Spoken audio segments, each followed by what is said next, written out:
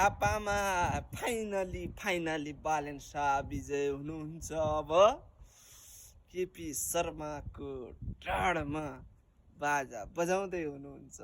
ल साथीहरू, खुसीको खबर, झापा 5बाट बारम्बार प्रधानमन्त्री भइराख्नु भएको केपी कुटे बाजे अब फाइनली चुनाव हार्दै हुनुहुन्छ। यो चाहिँ ग्यारेन्टी 99% लेखेर राखिदिन्छु। यिनीहरूका स्टनहरू यिनका एआई भिडियो बनाएर केही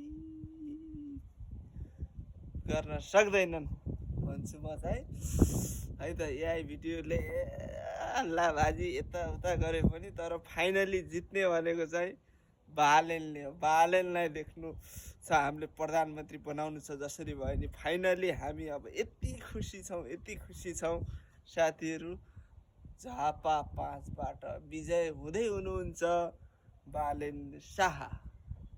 ल साथीहरू, कति खुसीको खबर आइरहेको छ।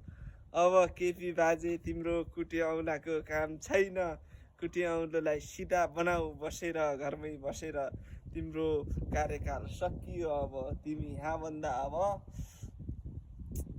सक्दैनौ, देश हाँक्न तिमीले सक्दैनौ, सबैले थाहा पाइसके साथीहरू, है। त्यसैले फाइनल्ली अब हामी यति धेरै खुसी भइरहेका छौँ नि भनेर अब साध्य छैन, होइन। आजको भ्लगमा चाहिँ अब मैले चाहिँ अब यस्तो यही खुसी बाँडौँ, सेयर गरौँ सबै साथीहरूमाझ भनेर चाहिँ यो भ्लग बनाएको छु साथीहरू, है। साथीहरू सबले सेयर गरौँ, लाइक गरौँ, सब्सक्राइब गरौँ र बालेन शाहलाई प्रधानमन्त्री भएको हेर्न चाहनुहुन्छ भने त झन् यो भिडियोलाई यस्तरी घ्याच्च पारिदिनुहोस् के, है।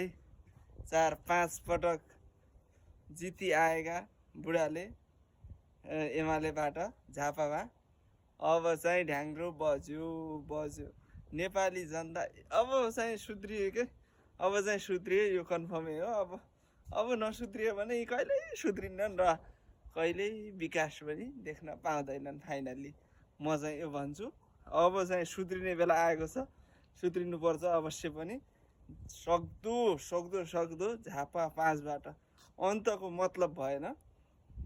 यो क्षेत्रलाई चाहिँ रासोपा विजय बनाउनै पर्छ, बालेन शाहलाई अगाडि लग्नै पर्छ हामीले, है। र सम्भवतः 80-90 सिट, 100 सिटै रासोपाले अहिले चाहिँ जित्नुपर्छ र देश चाहिँ रासोपाले चलाउनुपर्छ। तब बल्ल देशले न्याय पाउँछ र देशमा विकासका पूर्वाधारहरू खुल्नेछन्, बढ्नेछन्। यहाँभन्दा खुसी के हुने, है त। यति खुसी त अब हामी जति खुसी कोही छैन। र आउने 84मा पनि अहिलेको माहौलभन्दा खत्रै माहौल बन्छ। अहिले त झन् अब अहिलेको त कुरै छोडिदिउँ, अब चुनाव कहिले आउला र यीमा चुनावका यी नतिजाहरू हेरौँला भन्ने आशले बसिरहेको छु। अब यस्तै छ है साथीहरू। ल त साथीहरू, यसपालिको चुनाव झापा 5बाट बालेन शाहलाई जिताउँ, है त। ल झापाली जनताहरू, अब तपाईँहरूका आँखा खुल्न पर्ने बेला आइसकेको छ। फाइनल्ली अब झापामाबाट पनि चेन्ज गर्दै हुनुहुन्छ पार्टीहरू।